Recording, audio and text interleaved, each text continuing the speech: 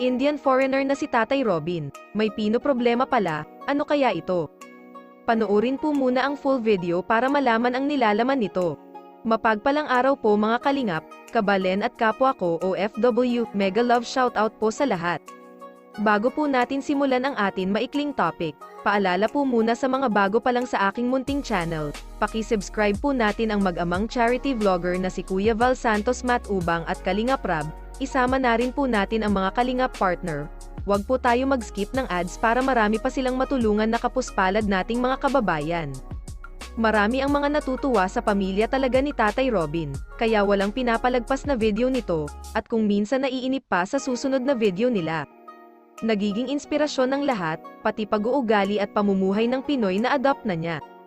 Samantala, sunod-sunod na nagiging maayos ang pamilya ni Tatay Robin, kapiling na nga ang asawa ngayon at nabinyagan na rin ang bunso.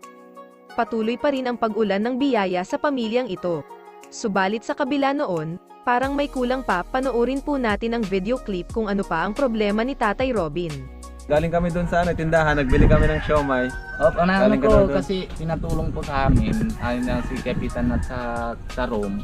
Sabi niya papakasal daw kami. Ay, Sabi ko, ayos. oo. Sabi niya si Roxanne muna yung lahat ng papel ng bata, tsaka sa akin, tsaka yung birth certificate ni asawa ko, bigyan mo sa akin kami na lakad. Okay. Sabi ko sige, ilang, di ba?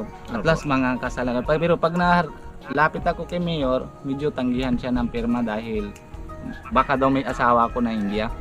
So paano naman ako ng mga asawa na India, bata pa, 22 years old pa lang ako na Umalis dito ka na doon. Tapos wala.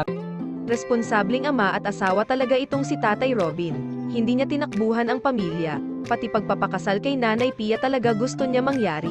Kaya lang may mga problema pa na dapat ayusin, kaya hindi ito matuloy-tuloy. Sana sa tulong ni Kalingap Rab at Mr. Bente Boy makasal na sila sa lalong madaling panahon, matagal na rin naghintay si Tatay Robin para dito. 11th years na rin silang nagsasama bilang mag-asawa, sana sapat na iyon. Pwede siguro pagsabayin ang ribbon cutting at kasal para doble selebrasyon. Sa mga hindi pa nakapanood ng full video, pakibisita lamang po ang channel ni Kalingap Rab at kung nagustuhan po ninyo ang bidyong ito paki-like at subscribe na rin po. Maraming salamat po.